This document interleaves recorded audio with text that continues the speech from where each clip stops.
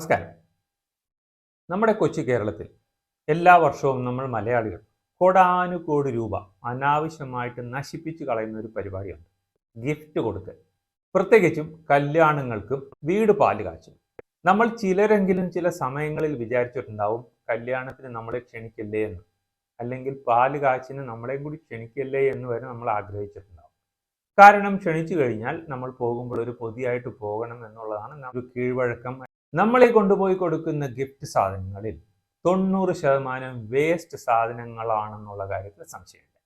ലക്ഷങ്ങൾ മുടക്കി കല്യാണം നടത്തുന്ന ഒരാൾ നമ്മളെ ക്ഷണിക്കുന്നത് നമ്മുടെ സാന്നിധ്യത്തിന് വേണ്ടിയിട്ടാണ്.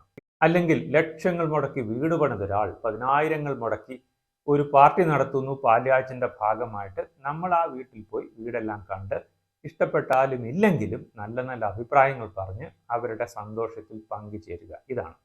പക്ഷെ നമ്മൾ ചിന്തിക്കുന്നത് നമ്മൾ അവിടെ പോയി ഒരു സദ്യ ഉണ്ടു അല്ലെങ്കിൽ ഒരു പാർട്ടിയിൽ കൂടി വെറുതെ കൈയും വീശി പോയിട്ട് വരുന്നത് എങ്ങനെയാണ്, മോശമല്ലേ എന്ന്. അല്ല, അവർ 100, 200, 300 രൂപ മുടക്കി ആഹാരം നമുക്ക് തരുമ്പോൾ അതിന് കോമ്പൻസേറ്റ് ചെയ്തുകൊണ്ട് ആ തുകയ്ക്കോ അല്ലെങ്കിൽ അതിന് മുകളിലോ ഉള്ള തുകയുടെ ഒരു ഗിഫ്റ്റ് കൊടുക്കണമെന്നൊന്നും ഇല്ലാതെ തെറ്റായ ചിന്തയാണ്. അതിൻ്റെ ആവശ്യമില്ല. മാത്രമല്ല, ഗിഫ്റ്റ് കൊടുക്കുന്ന ഒരാൾ എപ്പോഴും അയാളുടെ ഇഷ്ടത്തിനാണ് വാങ്ങിച്ചു കൊടുക്കുന്നത്. 90% ആ വ്യക്തിക്ക് ആവശ്യമില്ലാത്തതും ഇഷ്ടമല്ലാത്തതുമായ സാധനമായിരിക്കും നമ്മൾ കൊണ്ടു കൊടുക്കുന്നത്. 25 ക്ലോക്ക് എങ്കിലും കാണും, അല്ലെങ്കിൽ കുറെ ഗ്ലാസിന്റെ സെറ്റ്. അതുകൊണ്ട് കല്യാണമാകട്ടെ പാല് കാച്ചാകട്ടെ ഒരു കാരണവശാലും ഇങ്ങനെയുള്ള കണ്ണിക്കണ്ട സാധനങ്ങൾ വാങ്ങി ഗിഫ്റ്റായിട്ട് കൊടുക്കാതിരിക്കുക. ഇത് വേസ്റ്റാണ്. നമ്മുടെ പണവും വേസ്റ്റ് ചെയ്യുന്നു. ആ കിട്ടുന്ന വ്യക്തിക്കും ഒരു പ്രയോജനമില്ലാതെ വരുന്നു. പാല് കാച്ചു കഴിഞ്ഞ് അല്ലെങ്കിൽ കല്യാണം കഴിഞ്ഞ് പിറ്റേ ദിവസം അല്ലെങ്കിൽ അടുത്ത ദിവസങ്ങളിൽ 10,000 ചിലവഴിച്ച് അവർക്ക് വേണ്ട പലതും അവർ വാങ്ങിയിട്ടുണ്ടാവും. നമ്മൾ കൊണ്ടു കൊടുത്ത സാധനങ്ങളെല്ലാം അവിടെ ഇരിക്കുന്നുണ്ടാവും. എന്ത് പ്രയോജനം? അതുകൊണ്ട് കല്യാണമായാലും പാല് കാച്ചായി കഴിഞ്ഞാലും കഴിയുന്നതും ഒന്നും കൊടുക്കാതിരിക്കുക. അഥവാ കൊടുക്കണം, അതല്ലേ ഒരു മര്യാദ എന്ന് നമ്മൾ ചിന്തിക്കുകയാണെങ്കിൽ തെറ്റില്ല. പണമായിട്ട് കൊടുക്കുക. കാരണം ഇതുപോലെ പലരും കൊടുത്തു കഴിയുമ്പോൾ ആ വ്യക്തിക്ക് ആവശ്യമുള്ളതും ആ വീട്ടിലേക്ക് വാങ്ങാൻ ആഗ്രഹിക്കുന്നതും അവർക്ക് ഇഷ്ടമുള്ളതുമായ ഒരു സാധനം അവർക്ക് വാങ്ങിക്കാൻ പറ്റും. അതല്ല, ഒരു കാരണവശാലും പണമായിട്ട് കൊടുക്കാൻ പറ്റാത്ത ഒരു കേസാണ്, ഒരു വീടാണ്, ഒരു ഫാമിലി ആണെന്നുണ്ടെങ്കിൽ ഒരു ബെഡ്ഷീറ്റ് വാങ്ങിച്ചു കൊടുക്കുക. 200 രൂപയാണ് നമ്മുടെ ബഡ്ജറ്റ് എങ്കിൽ ഏത് ക്വാളിറ്റിയിൽപ്പെട്ടതാണെങ്കിലും സാരമില്ല, ഒരു സിംഗിൾ ബെഡ്ഷീറ്റ് വാങ്ങിച്ചു കൊടുക്കൂ. 25 ക്ലോക്കിന് പകരം ആ വീട്ടിൽ 100 ബെഡ്ഷീറ്റാണ് കിട്ടിയതെങ്കിലും വർഷങ്ങളോളം മാറി മാറി അവർക്ക് ഉപയോഗിക്കാൻ പറ്റും, ഉപകരിക്കും. അതുമല്ല എന്നുണ്ടെങ്കിൽ പില്ലോ കവർ, 100 പില്ലോ കവർ ഉണ്ടെങ്കിലും ഒരു വീട്ടിൽ തികയില്ല.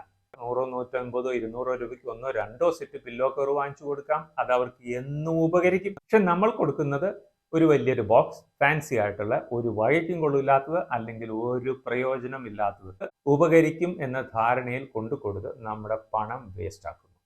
2 വർഷങ്ങൾക്ക് മുമ്പ് എൻ്റെ വീട് പാലുകാച്ച് നടത്തിയപ്പോൾ ബന്ധുക്കളെ പോലും ഞാൻ വിളിച്ചില്ല.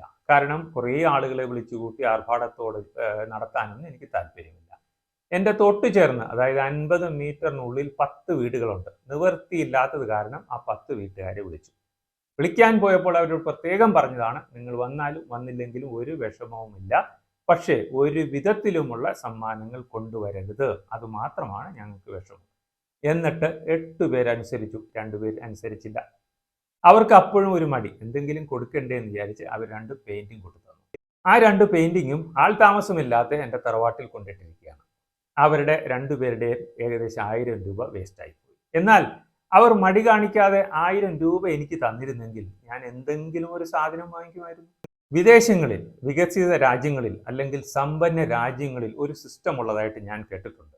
ഗിഫ്റ്റ് വൗച്ചർ എന്ന് പലരും കേട്ട് കാണും. അതായത് വലിയ പ്രശസ്തമായ സ്ഥാപനങ്ങൾ, ഓൺലൈൻ പ്ലാറ്റ്ഫോമായ ആമസോൺ, ഫ്ലിപ്കാർട്ട്, ലുലു, മൈജി, നന്ദിലത് അല്ലെങ്കിൽ ഫർണിച്ചർ ഷോറൂമുകൾ, ഇവർക്കെല്ലാം ഗിഫ്റ്റ് വൗച്ചർ എന്ന് പറഞ്ഞ സാധനമുണ്ട്. വിദേശ രാജ്യങ്ങളിൽ ഞാൻ കേട്ടിരിക്കുന്നത് കല്യാണമായാലും വീടിന്റെ ഫംഗ്ഷൻ ആയാലും ഒരു പാർട്ടിയോ പരിപാടിയാണെങ്കിൽ അവർ കാർഡ് അടിച്ച് ഇൻവിറ്റേഷൻ കൊടുക്കുമെന്നാണ്. നമ്മൾ സാധാരണ ഇൻവിറ്റേഷന്റെ താഴെ വിത്ത് കോംപ്ലിമെന്റ്സ് ഫ്രം ചേട്ടൻ, അനിയൻ, അളിയൻ, അമ്മാവൻ എന്നൊക്കെ പറഞ്ഞ് കുറെ പേരുടെ പേര് എഴുതുമല്ലോ. അതുപോലെ അവർ ഇൻവിറ്റേഷന്റെ ഏറ്റവും താഴെ എഴുതുന്നത് with compliments from Lulu, with compliments from Amazon, with compliments from MyG, അങ്ങനെ എന്തെങ്കിലും ഒന്നായിരിക്കും. അതിന്റെ അർത്ഥം ഇൻഡയറക്ട്ലി നമ്മളെ അറിയിക്കുകയാണ്, എന്തെങ്കിലും കാരണവശാൽ നിങ്ങൾ ഗിഫ്റ്റ് കൊടുക്കാൻ ഉദ്ദേശിക്കുന്നുണ്ടെങ്കിൽ ഈ സ്ഥാപനത്തിന്റെ ഗിഫ്റ്റ് വൗച്ചറാണ് ഞങ്ങൾക്ക് താല്പര്യം എന്ന് നമ്മളെ അറിയിക്കുകയാണ്. കാരണം അവരവിടെ നിന്ന് ചില സാധനങ്ങൾ വാങ്ങാൻ ആഗ്രഹിക്കുന്നുണ്ട്. ഇപ്പൊ നമ്മുടെ ഒരു പാലുകാഴ്ച നടന്നു, എല്ലാവരും കൂടി ചേർന്ന് ഏകദേശം 1,00,000 രൂപയുടെ സാധനങ്ങൾ വാങ്ങിക്കൊണ്ട് കൊടുത്തു. എന്നാൽ ഈ പറഞ്ഞ വിദേശത്തെ സംവിധാനം എന്ന് പറഞ്ഞാൽ എല്ലാവരും ഗിഫ്റ്റ് വൗച്ചറാണ് കൊടുക്കുന്നത്. 100 രൂപ കൊടുക്കാൻ ആഗ്രഹിക്കുന്നെങ്കിൽ 100 രൂപയുടെ ഒരു ഗിഫ്റ്റ് വൗച്ചർ. അങ്ങനെ ഓരോ ആളുകളും കൊടുത്തു. എല്ലാം കളക്ട് ചെയ്ത് നോക്കുമ്പോൾ 1,00,000 രൂപയുടെ ഗിഫ്റ്റ് വൗച്ചർ ഉണ്ടെങ്കിൽ ആ സ്ഥാപനത്തിൽ പോയി അവർക്ക് വേണ്ടതും ഉപകരിക്കുന്നതും വേണ്ട സാധനങ്ങൾ ആ 1,00,000 രൂപ കൊണ്ട് അവർ വാങ്ങുന്നു. നമ്മുടെ കീഴ്വഴക്കം ഒരു കാലത്ത് നിൽക്കുമെന്ന് എനിക്ക് തോന്നുന്നില്ല. നമ്മൾ ഇങ്ങനെ തന്നെ കൊടുത്തുകൊണ്ടിരിക്കും. അത് കാരണം ഓർക്കുക, കണ്ണി കണ്ട സാധനങ്ങൾ വാങ്ങി വലിയൊരു ബോക്സ് ഭംഗിയുള്ള പേപ്പറിൽ പൊതിഞ്ഞു കൊണ്ട് കൊടുക്കുകയല്ല വേണ്ടത്. പണമായിട്ട് കൊടുക്കാൻ നോക്കുക. അതല്ല എന്നുണ്ടെങ്കിൽ ഒരു ബെഡ്ഷീറ്റ് വാങ്ങിക്കൊടുക്കുക. അതുമല്ല എന്നുണ്ടെങ്കിൽ പില്ലോ കവർ വാങ്ങിച്ചു കൊടുക്കുക. നമ്മൾ കൊടുക്കുന്ന 100 രൂപയുടെ സാധനം അല്ലെങ്കിൽ 100 രൂപ ആ വ്യക്തിക്ക് ഉപകരിക്കും. അതല്ലേ വേണ്ടത്. Thank you for watching.